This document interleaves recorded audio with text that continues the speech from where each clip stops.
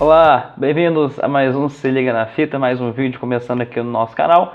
E hoje nós estamos tendo a honra de ter a participação do arquiteto, urbanista e professor Arthur Miranda. Arthur, muito obrigado. Prazer é meu hoje estar aqui com vocês.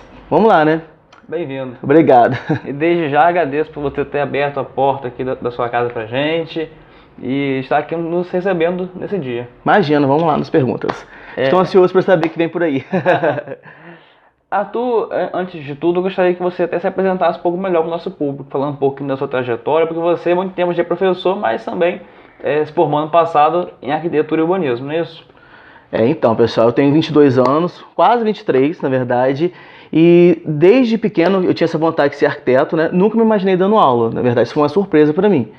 Eu tinha o costume de ajudar os meus colegas na época de escola, mas eu não me via como professor, e sim como arquiteto. Meio que veio essa questão de dar aula, né, pela minha mãe ser professora, aquela coisa toda, e gostei do desafio. Então eu fiz lá os meus cursos todos, minhas atualizações, comecei dando aula de inglês e de espanhol também, e quando terminei o ensino médio fui fazer minha faculdade, que de fato era aquilo que eu queria estudar, né, que era arquitetura. Terminei o ano passado e como eu me apaixonei pela área da educação, eu pretendo fazer um mestrado, um doutorado e ingressar na carreira universitária, dando aula principalmente de História da Arte, que é um outro ponto que me despertou, né, com a faculdade, essa questão de ensinar a arte para outras pessoas, já que a arquitetura é uma das 7 artes existentes. E como você acabou de falar, você agora também está dando aula de arte, não é Isso. E imagino eu que seja baseada na sua formação de arquitetura e urbanismo. Com certeza. Então, atualmente eu dou aula de História da Arte para o ensino médio, baseado na minha faculdade, e eu comecei fazendo uma complementação pedagógica em artes visuais por conta disso, né? E para mim está sendo maravilhoso fazer esse trabalho com a galera lá, mostrando um pouco do que realmente é a arte e como ela funciona na sociedade. E é interessante porque geralmente, assim, até na minha época, não hoje mais, mas no ensino fundamental, a arte era muito caracterizada por aquela coisa muito metódica de pintar e tal. Mas hoje em dia eu tô vendo que tá mudando esse conceito, né? Na verdade, a pintura continua, né, no ensino, mas a gente mostra que a arte é uma disciplina que está ali para mostrar o comportamento mesmo da sociedade, né? Porque a arte, por muito tempo, ela serviu como fonte histórica para a gente. Se a gente hoje sabe como aconteceram várias situações que a gente lê nos livros de história, graças à arte, né? Depois com a fotografia, a questão de você fazer o registro através de foto, descaracterizou um pouco dessa questão da função da pintura, mas por muito tempo teve esse raciocínio. E a arte, hoje, ela justamente está aí, como eu falei, né, para mostrar para a galera que não é só pintar, desenhar, nada disso. Isso faz parte, é importante, mas ela também é uma forma de você se expressar e entender o outro, o lugar que você vive, o conhecimento que você adquire, por que você faz aqueles tipos de coisa. É literalmente o conjunto da obra, né? É o conjunto da obra, desse jeito. Então, e aí, recentemente eu vi até uns stories seu falando sobre as suas aulas, né? Conte um pouquinho aí sobre como você tem aplicado isso. Então, na verdade, toda vez que eu começo falando de arte lá com a galera, eu procuro contextualizar com o que a gente vive, né? Porque nós temos que entender que há uma espécie de raciocínio que vai mudando ao longo do tempo. Então, quando o aluno ele começa a ver uma obra e começa a questionar, até a questão do senso estético, aquela coisa toda, eu falo assim, a estética é um ponto de vista, que cada um vai apreciar aquela obra de arte de uma forma, né? Então a gente começa a discutir esses assuntos. Até recentemente uma aluna levantou a seguinte questão: como que eu posso considerar uma obra abstrata como obra de arte comparado a uma obra realista, onde você tinha toda aquela riqueza de detalhes da época, né? Aí eu falei com ela que a questão é muito significativa para quem pinta. Qual era o sentimento que ele queria passar naquela obra? Por que ele pintou daquela forma? Então a gente não pode menosprezar a intenção do autor. Então isso é muito importante para a questão de dar um dinamismo nas aulas, que desperta o interesse dos alunos, que eles têm esses tipos de pergunta, né? Por que jogar uma tinta na tela é considerado arte? Porque certamente houve um sentimento e ali está passando uma mensagem, mesmo que subliminar, mesmo que esteja só na cabeça do autor, né? Mas não deixe de ser arte. Então a gente costuma ver vídeos, enquanto eles estão pintando, a gente coloca umas músicas mais calmas para dar uma acalmada na sala. E assim, está sendo uma experiência muito boa. Muito bacana. Agora eu estou mudando um pouco de assunto, indo mais para a sua área de arquitetura e urbanismo, saindo um pouquinho da educação. Eu te pergunto, você, né, morador de Campos, assim como eu, Aham. você acha que nossa cidade é uma cidade organizada, arrumada? Então, Campos tem uma cidade com potencial enorme, né? O que falta aqui, na verdade, é um planejamento por parte dos governantes, que são aqueles que têm o poder de fazer pela cidade, né? E assim, eu acho que Campos hoje é uma cidade muito desorganizada. Não isso também parte da questão de nós temos espaço físico, né, onde é desse jeito, e o que contribui para essa desorganização também parte dos moradores. No quesito do trânsito, quando a gente fala de mobilidade urbana, as pessoas não têm paciência, as pessoas não seguem as regras de trânsito, elas querem chegar a casa com mais rapidez e acaba atrapalhando as outras pessoas que querem seguir, fazer o seu caminho. Então, esse tipo de coisas também colaboram para a falta de planejamento da cidade. Que eu acho que tinha tudo para ser uma ótima cidade, mas eu acho que a gente está um pouco longe de atingir esse parâmetro. Então seria um problema também cultural. Cultural da cidade, né? Que envolve vários tipos de coisa, até levando para o lado da arquitetura mesmo. Campos é uma cidade onde as pessoas não valorizam essa questão cultural. A gente tem aqui, muitos historiadores dizem que Campos é um museu a céu aberto, devido à sua infinidade de obras que a gente tem, né? E as pessoas simplesmente não conhecem. Você chega para conversar, para falar sobre, e as pessoas não sabem. Até voltando um pouco para as minhas aulas, nós fizemos um passeio cultural pelo centro de Campos, e muitos alunos não sabiam muitas informações que eu falava, porque não é comum essa pesquisa, né? Aí junto com a questão do município também não investir na área, que eu acho que seria geraria muita renda para a cidade, essa questão do turismo, Sim. né? Nós temos vários fatos históricos da cidade, como primeira cidade, a ter energia elétrica, entre outras coisas, e que não valoriza, a população vai mudando, vai crescendo, vai vindo uma galera nova aí e continua aquele mesmo raciocínio de que é coisa velha. Para que a gente vai mexer em coisa que já está velha? Ninguém dá valor, né? Ninguém dá valor. Isso é muito complicado, essa questão da gente olhar e não saber aquilo. O que é aquilo ali, né? Porque quando eu não sei o que representa aquele lugar, realmente eu não vou dar importância. Sim. Agora, se eu estou instruído, se eu ouço falar, eu vou procurar ter mais curiosidade acerca daquilo, né? É um problema estrutural, cultural, uma coisa bem uma complicada, coisa, né? vai ligando uma coisa na outra, na verdade. E agora continuando falando sobre Campos, em relação à área de lazer. Aqui em Campos, por exemplo, a gente não tem parque. Uma cidade tão grande como essa, não tem assim, opções de lazer. No final de semana, por exemplo, eu costumo dizer que no final de semana o que tem é shopping. Shopping, isso é muito complicado. Até na faculdade, quando a gente estudava, a gente sempre batia nessa tecla. Fizemos vários projetos de praças, de parques para a cidade. Há um projeto na prefeitura em relação a isso, só que os governantes não investem. Porque como a gente volta à questão cultural, as pessoas não estão ligando mesmo, a maioria não liga muito, gosta mesmo de ir para shopping. Eu acho que o problema é esse. Eu não vou investir porque a galera não liga muito. E nós temos grandes áreas, inclusive próximos aos centros urbanos, como Arthur Bernardes, por exemplo, é uma área muito grande. Inclusive a questão do parque é justamente para aquela área ali, né? E não sai do papel. Há diversos projetos, nós como estudantes, né, agora eu como arquiteto, a gente já fez vários projetos, mas infelizmente não há incentivo por parte do governo para colocar em prática. E isso é uma coisa que prejudica muito o desenvolvimento, porque se você ter um parque na cidade, não é só pela questão do lazer, né? Você está trabalhando no meio ambiente, sustentabilidade, sim, o clima agradece, né? A cidade respira mais, e isso é muito importante.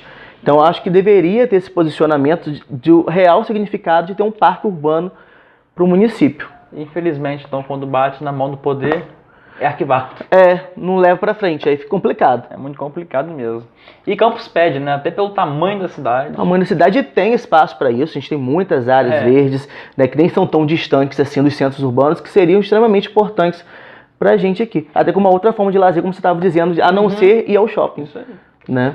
E você, como arquiteto e urbanista, tem alguma cidade assim no Brasil ou no mundo que você vê como referência?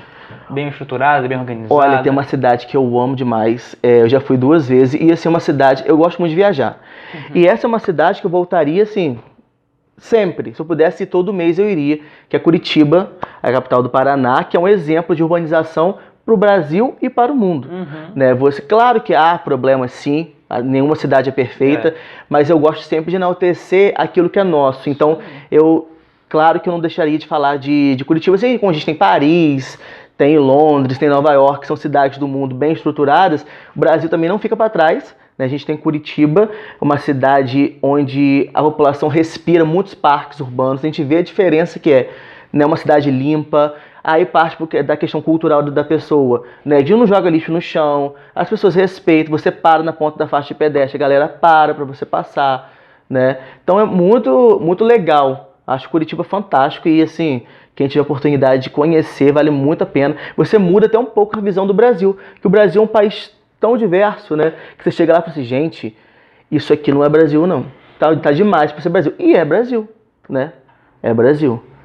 Então, uma cidade no Brasil que é uma referência, né? Uma referência. Muito bacana. E é legal que a gente percebe que ela é estruturada de todos os modos, né? Tanto na arquitetura quanto na cultura. Mobilidade urbana, a população também ajuda a preservar, tem a questão cultural, né? Os museus, muitos parques, é fantástico. É o conjunto da obra. O conjunto, mais uma vez. Conjunto. E Arthur, você tem alguns sonhos? Deve ter, mas quais são os seus principais sonhos dentro da sua profissão? Como eu falei, um dos meus maiores sonhos no momento é essa questão de ingressar na carreira universitária. Porque eu acho que, assim, eu particularmente gostaria de lecionar na parte mais teórica, né? Essa questão da história. Eu acho que é uma coisa muito robotizada. Tipo assim, é faculdade, não há um dinamismo mais, como os professores até tentam no ensino médio, no fundamental, por exemplo. E eu acho que não, eu acho que a arte, a história, a arquitetura, a história da arquitetura, né, do urbanismo, do paisagismo, deve ser mostrada de uma forma mais dinâmica. Porque a gente não tem que entender como uma coisa que eu vou decorar para fazer a prova da faculdade, né, por exemplo, e passou. A história está ali para você viver, entender e passar para frente. Então, o meu maior sonho nesse momento é justamente esse, de ingressar na carreira universitária, de dar aula para a galera lá da faculdade e mostrar esse dinamismo nas aulas teóricas, que eu acho que hoje em dia é um pouco robotizado, como eu havia falado anteriormente. Muito bacana. Né? E Arthur, você mesmo dando a fazer, escutando coisa para fazer e tal, você tem tempo, consegue arrumar o tempo de registrar tudo no Instagram. É até muito bacana que a gente percebe como que você começou a ir nessa carreira também de digital influencer. Então, tô um pouco longe disso, mas a gente vai tentando, né? Ruim, tá? Eu desde criança, eu tinha esse negócio de ajudar meus colegas, como eu falei no início, né? A ensinar, aquela coisa de dar aula a eles, mas eu gostava muito também de me comunicar, né? Eu tenho uma prima que a gente sempre fazia tudo junto, e as pessoas gostavam de ficar correndo, a gente gostava eu montava o cenário, eu inventava personagem, eu mesmo vivia vários personagens, que eu gostava muito dessa questão de entrevista. Então, desde criança, aqueles telefones que não eram, né, bem longe, sem HD, aquela câmera VGA que tremia tudo, eu já gravava os vídeos. Então, era desde criança que surgiu essa coisa de me comunicar. Aí depois surgiu o Snap, que até voltou há pouco tempo, né, aqueles filtros de ficar mulher virar homem vira mulher, com aquela carinha de bebê que estava ultimamente no Facebook. Eu comecei ali no Snap. Mas não essa coisa de fazer registro da minha vida, não. Era mais gravar vídeo, aquela coisa toda. Quando começou a função no Instagram, que eu comecei também a ter um telefone melhor, né? Comecei a gravar e a galera começava a responder. Eu falei, não, vou investir nisso. Né? Não vejo como uma profissão, mas é uma coisa que eu me divirto e muitas vezes eu toco as pessoas, que eu recebo mensagens de pessoas me agradecendo, que estavam por momentos ruins e assim, que dá risada. E eu particularmente não me acho uma pessoa engraçada, não. As coisas que eu falo ali, eu falo sério, só que muita gente não me leva a sério. Acho que eu tô fazendo palhaçada, mas não, eu sou assim. Eu tenho uma forma muito expansiva de falar e eu procuro sempre deixar o positivismo tomar conta. Então, né, recentemente teve essa enchente aqui né, esse aguaceiro que teve aqui na cidade, e eu aproveitei aquele momento para me tranquilizar, gravei um vídeo, até parece que estou me sentindo Moisés abrindo uma vermelha. A galera foi, respondeu, deu risada, e foi assim que surgiu essa coisa de estar na rede social, né, me comunicar no Instagram, e a cada dia que passa eu gosto mais. E é muito legal, como você falou, você acaba ajudando também pessoas, ajuda servindo muita de inspiração para outras. E assim, eu nunca me imaginei servir de inspiração para ninguém, mas as pessoas se inspiram, né? E é bom pra gente pensar que nós estamos aqui para ser espelho dos outros. Sim. E buscar cada dia ser pessoas melhores, literalmente, né? Influenciar a vida das pessoas que seja de uma forma positiva, né? Sem falar a parte da comédia que eu acompanho lá, tem uma risada, tem os personagens lá. Ah, sim, tem as minhas amigas da faculdade que se tornaram meus personagens. Tipo assim, o pessoal fala, cadê Hot? Cadê Ela é famosa. Hot, por exemplo, super famosa. E a pessoa fica querendo saber quem é por muito tempo. O nome dela ficou assim, sem ninguém saber, mas nós decidimos revelar, mas mesmo assim continua sendo Hot. E vai ser sempre Hot. E a Hot própria gosta também. E qual é o Instagram, pessoal, seguir aí? O meu Instagram, gente, vou até bom explicar por que o nome é esse. O nome é Arquitetur, que eu, um dia assim, eu olhei e falei, gente, meu nome encaixa na palavra arquitetura. Meu nome é Arthur, né, como todo mundo tá vendo aqui, e eu fui e coloquei Arquitetur. Então é a mistura, né, da palavra arquitetura com Arthur. E aí, vocês podem me seguir, tá, gente? Manda mensagens que me viram aí. Vou adorar falar com vocês. Bem criativo, até o nome no Instagram. E tô agora partindo aqui pro nosso encerramento. A gente geralmente, aliás, faz tempo que a gente não encerra assim, a gente põe uma música que o entrevistado gosta, que faz parte da história dele, e o entrevistado encerra com uma mensagem. Então, qual música que você gostaria de encerrar aqui a nossa entrevista? Olha, assim, essa música, na verdade, ela não tem muito a ver com a minha história, não, mas é uma música atual que eu gosto muito, que dá uma sensação de alegria, de ânimo, que é High Hopes. Depois vocês podem pesquisar lá. Né, eu acho muito bacana. Vamos botar aí. E com essa ao fundo aí, você pode deixar uma mensagem aí pros seus seguidores, seus amigos, seus alunos, principalmente. Pode olhar ali pra ali, né? Fica à vontade. A mensagem que eu deixo, gente, que a gente tem que estar sempre lutando por aquilo que a gente quer, né? E entender que a cada amanhecer é um recomeço, e se não deu certo naquela hora, uma hora vai dar. O que não pode é a gente desistir dos nossos sonhos e lutar por isso. Né, que uma hora a graça vem. É isso mesmo, uma coisa bem breve pra gente terminar aí de boa. Arthur, muito obrigado. Valeu. Uma honra ter essa participação aqui com a gente. Obrigado. Valeu, muito obrigado por ter aberto mais uma vez a porta das suas casas pra mim, pro Gabriel. Foi uma honra. Obrigado. E você, gostou do vídeo? Deixe seu like, deixe comentário também, fale o que você achou. Siga o Arthur no Instagram, nos siga também, @SegnaFitaOficial. Se você quiser me acompanhar, @Daniel10Carlos. E não se esqueça de se inscrever no canal, porque, claro, ajuda bastante. E além disso, depois que se inscrever, ativa lá o sininho das notificações. Um beijo muito carinhoso e eu volto em breve. Tchau!